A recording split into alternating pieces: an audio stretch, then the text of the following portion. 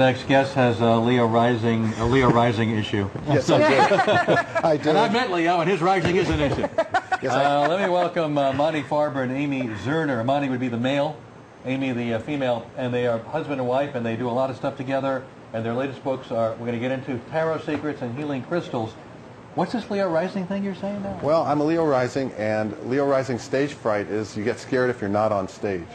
So you have a little cat-like look? I see. Yeah, you got the cat-like thing going, and I need the lights. So you're only happy when the focus is on you, is that it? Well, I can share it with you, too. That's very nice. So you can share.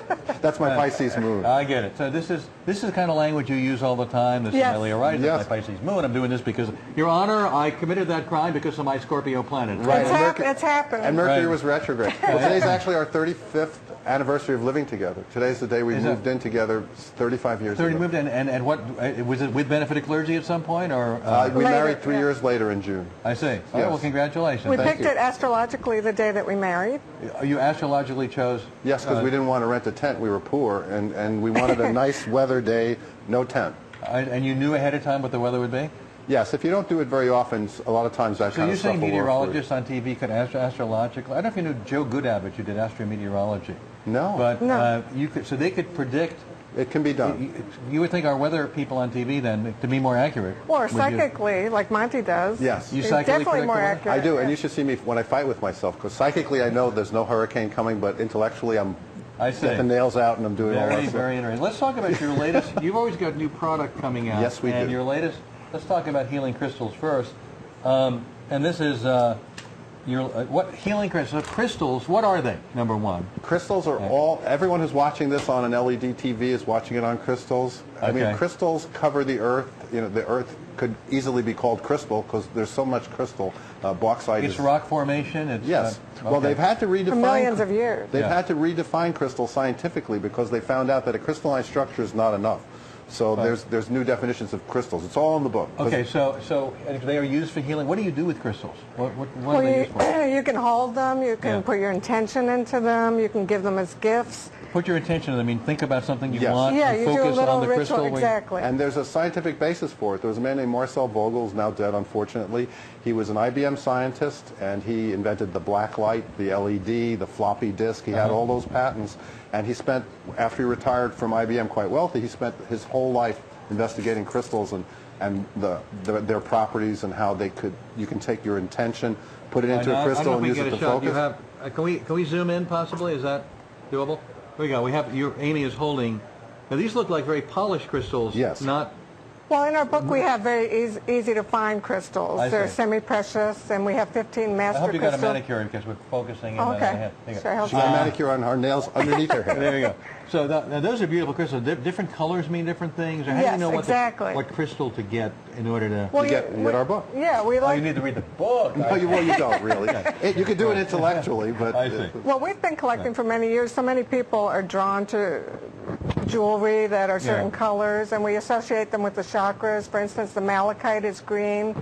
That's for healing, which is your heart chakra. Yeah. And turquoise, which is traditionally in Native American jewelry, and so many other... I've walked into stores where you see these huge crystals, amethyst, and... We love that. I mean, people just love them because they do have a vibration and a beauty, and they're like works of art, really. Really? But so you're saying these crystals have a certain, energy to them that attracts things to you? Well, there's a lot of folklore in so many cultures about it, but there's a scientific basis to it also. Well, and also in our book it goes from the scientific basis to also teaching, it's what you call spiritual crafting, teaching you how to make these pouches to carry your crystals in and to adorn them with these crystals. So in other words, that's a handmade, you make the pouch? Yes, and we have patterns in the book, and they're so easy, anyone can make it, you don't have to be a sewer. But as you stitch it, you say, I want my heart to be open to love. Say you pick an issue, like you want to draw your soulmate in.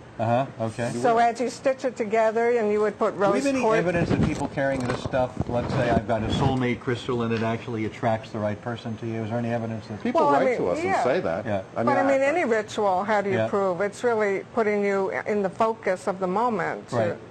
But plus, it's a beautiful present. I mean, it's the thought that counts in many ways. Are they expensive? No. You can make this from, I was going to say, do you have a tie-on? We could cut up your tie. But I mean, you could. The crystals themselves are. No, you can. You can get very expensive crystals. You sure can. Yeah, which we have a beautiful collection at home. But these little ones you can get online or your local crystal shop or metaphysical shop. Now, you've also written Tarot Secrets, a fast and easy way to learn a powerful ancient art. Your books come out all the time. How do you do all this product? You've got stuff. That's what we do. Our home is a factory with bedrooms. A factory with bedrooms. Yeah. Well, we always get ideas. So what? Now, Tarot Secrets. We wanted to write the book that we wish we would have had when we were first learning tarot. A book that is easy to do, but is comprehensive and explains.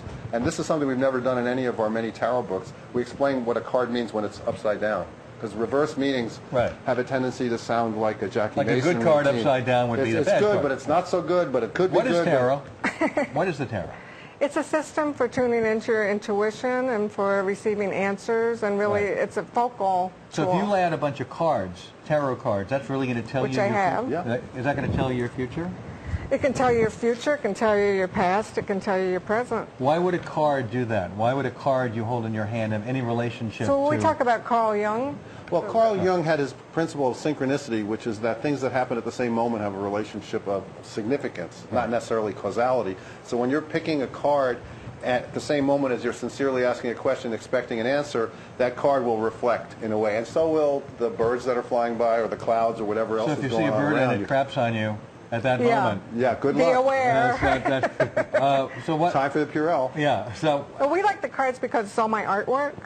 Well, they're beautiful so cards. Yeah, your artwork is on those cards. The tarot is like Google. It's a search engine. You ask a question, it returns an answer that you don't necessarily know the answer. All right. Now, could people away. theoretically? We didn't set this up ahead of time, but could people theoretically? We only have a few minutes left. Email us right now and ask a question. Oh yeah.